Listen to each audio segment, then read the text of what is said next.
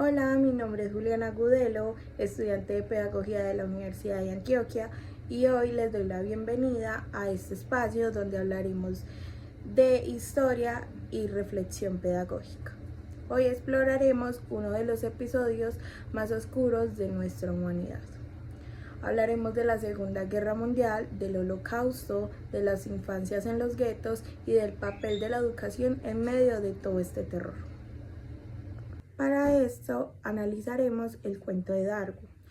A partir de este momento voy a empezar a pronunciar unos nombres los cuales no sé pronunciar muy bien. Entonces voy a dejar por acá abajo la pronunciación o cómo se escribe.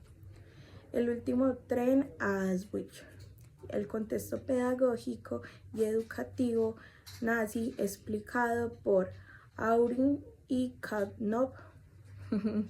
La historia de Hanuas.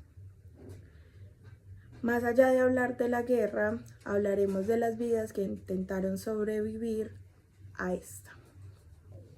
La Segunda Guerra Mundial se originó a raíz de las tensiones sin resolver tras la Primera Guerra Mundial. El Tratado de Versalles dejó a Alemania humillada, empobrecida y llena de resentimiento. En el medio de toda esta crisis apareció Adolfo Hitler, quien instauró un régimen totalitario basado en el racismo y en el antisemitismo. Para el nazismo, los judíos fueron convertidos en chivos expiatorios. Durante los años 30, la crisis económica mundial fue tan grande que favoreció a la expansión de los gobiernos autoritarios. Por ejemplo, en Alemania, el nazismo impuso leyes raciales, propagadas y un control social tan fuerte que deshumanizó por completo a la población judía. En 1939, con la invasión a Polonia, inició formalmente esta guerra y se pusieron medidas tan de terror, por ejemplo, fusilamientos, desplazamientos y guetos superpoblados. Ahora hablando un poquito del cuento de Darwin queda solo. Darwin, y peor, a pesar de que esto es un cuento, narra realmente cómo esas personas vivieron, cómo los niños se tenían que enfrentar a todo esto, porque Darwin y Pior vivían en un edificio donde casi todos los habitantes estaban asesinados o eran deportados, casas vacías, silencios que pesaban, puertas cerradas que antes guardaban familias enteras, llanto que significaba muerte. Para mí leer eso era demasiado como impactante, o intentándome poner en los zapatos de esas personas era impactante.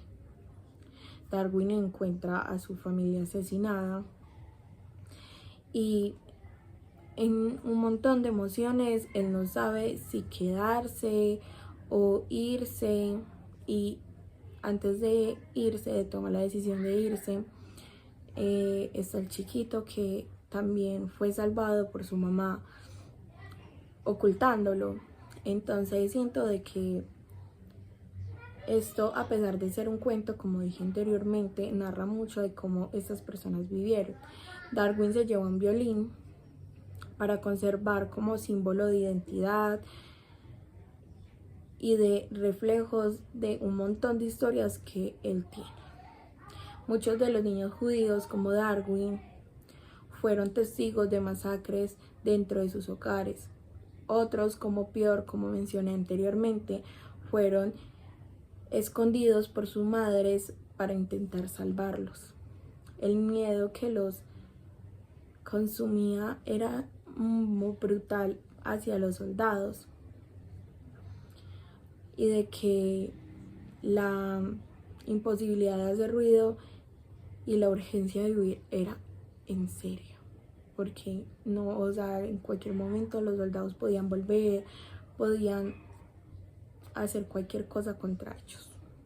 Entonces esto era lo que hacía parte día a día de los guetos, donde los soldados, sin importarles, llegaban y se llevaban a la gente o asesinaban a la gente, porque todo esto estaba bien. Entrando un poquito en contexto de la película, de estos mismos guetos partían los trenes de deportación hacia los campos de concentración y de exterminio de la que se habla en el tren, en el último tren hacia Auschwitz. Esta película nos muestra este momento donde los vagones van llenos, súper llenos, hasta el límite. Días sin comida, días sin agua, días sin aire, familias enteras eran separadas sin compasión.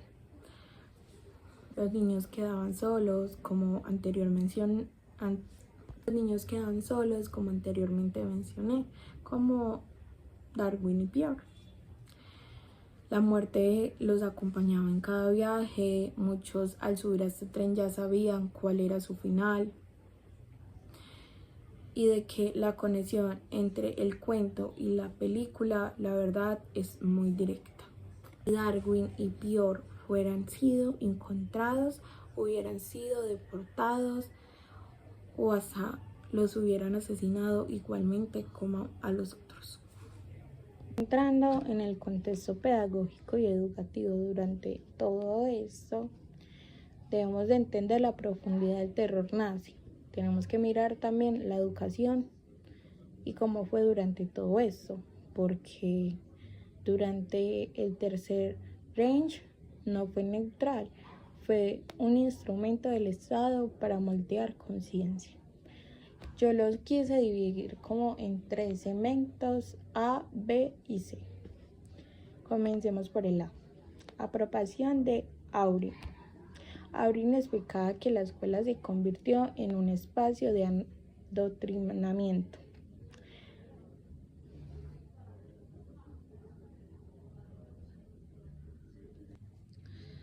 Comencemos por el A. La apropiación de Aurin. Aurin explica que la escuela se convirtió en un espacio de adoctrinamiento. El pensamiento crítico fue eliminado y reemplazado por propagandas nazis. Los niños fueron educados para obedecer, discriminar y para odiar. La infancia se convirtió en un terreno fértil para el proyecto totalitario. C. El contraste de Janus. El contraste absoluto de la historia de Janus, pedagogo médico judío, dirigía un orfanato basado en la dignidad, el amor y los derechos de los niños. En medio del gueto de Varsovia, siguió protegiendo a sus niños, escuchándoles, dándoles amor. Cuando llegó el momento de la deportación, se negó a salvarse y los acompañó hasta el final. Korsan encarna la pedagogía de la humanidad. Aurin y Konop muestran la pedagogía del odio y juntos revelan el lado ético de la educación, de que ésta puede destruir o puede dignificar. Ya para entrar a la reflexión, al unir el cuento, la película, el contexto pedagógico, vemos que el nazismo no solo destruyó vidas, destruyó infancias, destruyó el derecho de aprender, a jugar y asistir. Pero también vemos que incluso en la oscuridad más profunda hubieron personas como Korsan que defendieron la dignidad de los niños hasta el último segundo. Hablar de este contexto no solo es recordar los hechos del pasado, es recordar que la educación siempre tiene el poder inmenso, puede cambiar el odio o también lo puede sembrar. O puede esta también sembrar un poquito de humanidad en nosotros y hacernos mejor. Gracias por escuchar este podcast. Que estas historias nos inviten a proteger siempre la vida, la memoria y la dignidad humana.